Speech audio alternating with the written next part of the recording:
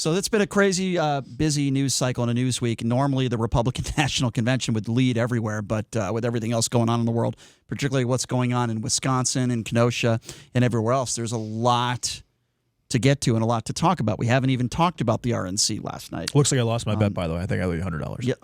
Yeah, Joe Biden, too. You're forgetting that one.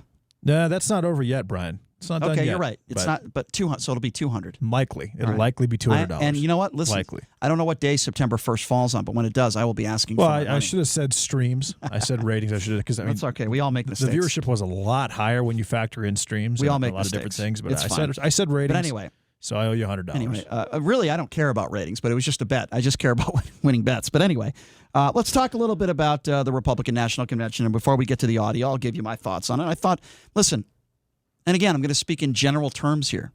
In general terms, the Democratic National Convention and the Republican National Convention, they pander to their base and they want to get their guy or girl to win.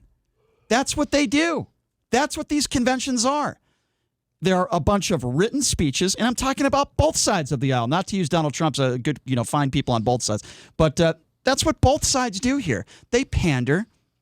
But my reaction to last night, sure, we could talk about the speeches and what speeches you liked and maybe what you didn't like. What I find very troubling are the thousands of people that were in front of the White House yesterday. Social distancing. Okay.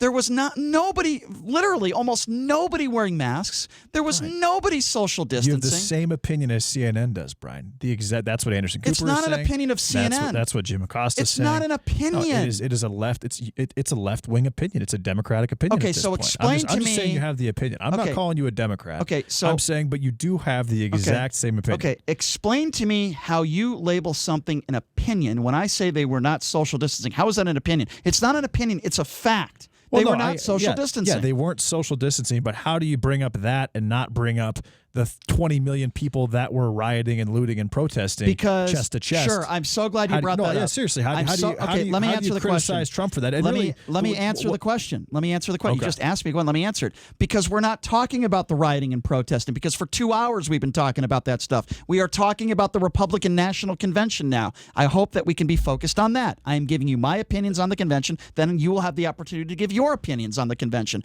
My first reaction is that, and by the way, it's not an opinion, it's a fact. You could say it's an opinion that's, is that the first entered your mind? I'm watching the president during a pandemic, a global pandemic, where over 175,000 people have died, and I see a bunch of people that have not been practicing social distancing, that didn't wear a mask. And by the way, I've said in the past on this show, time and time again, that the protests have caused more spread of the virus. So again, I have no idea what you're talking about. I say it every day on this show. It's not just Trump supporters. I blame everybody. I don't care whether you're in a church or you're at a Black Lives Matter protest. Anybody who is not practicing social distancing, who is not wearing a mask, shame on you. And all we are doing now is talking about the Republican National Convention. And shouldn't the White House be held to a higher standard? Shouldn't the president be held to a higher standard? When you're on national television and you see all those people in front of this speech, shouldn't he be held to a higher standard? I think that is a very fair thing to ask of the president and his administration. If they want people there, I have no problem with that at all. Why can't people be practicing social distancing? Why can't people be wearing masks? Is that wrong to ask for that? Well, I'll tell you this. Rand Paul, who was actually chased by about a group of about 100 Black Lives Matter nothing to do with what I just said. Yesterday, who almost probably, if he didn't have police security, he probably would have been attacked. What and does that probably have to do with seriously social injured distancing? with his wife. But Rand Paul had a mask when he was leaving that particular event. During the event, he didn't have a mask. That leads me to believe that those that were invited to the event had been tested before that. There is no evidence to support that claim. There's also no evidence to say that that's not the case. Okay, well, I guess you could say they're all pedophiles too. There's no evidence to say they aren't. It's totally different. You're comparing pedophiles to You're saying something and there's no evidence to back that up. Everyone around doesn't mean I can't say it. Everyone around Donald Trump has to get a test. For example, Dave Portnoy, when he interviewed, this wasn't an interview one-on-one. There were thousands of people there. I realize that, but every single one that was there got an invitation. So you're every telling single me, person there got it. I'm saying the people that I saw leaving all had masks on. So I'll tell you what. People in the event didn't have masks on. But what you're doing is you're trying to take away from how good that particular event was and how good his speech was. Okay, first, Donald Trump's during his speech. So you're just excusing what I just said. No, I'm saying Donald. Well, it's what America is looking to do is to move forward, to go back to normal, not to have this new normal. And that event was an example of that, Brian. So moving it was forward, fun. People were cheering. There was a crowd. Yeah, I mean there was fireworks after the fact. It was very, very patriotic. Melania Trump looked outstanding, by the way.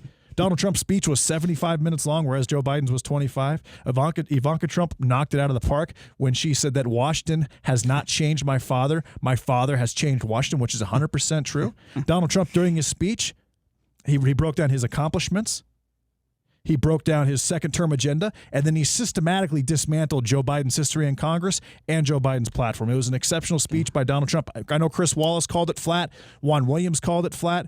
Donna Brazile called it flat. Fine. Was it the most energetic speech? No, but it didn't need to be. It did what it was supposed to do, which was explain very, very in-depth all the things that Donald Trump has done for the country, what he plans to do and in his second term, and how Joe Biden will adversely affect this country. And the RNC, all right, come on, man. What do you mean? No, I mean, this is a tangent. I mean, I want to get to some of the audio. It's not. Oh, well, yeah, get to the audio. Okay, then. and I just want to add that Donald Trump didn't write the speech, just as I would say Joe Biden didn't write his speech. He ad-libbed a little bit, though.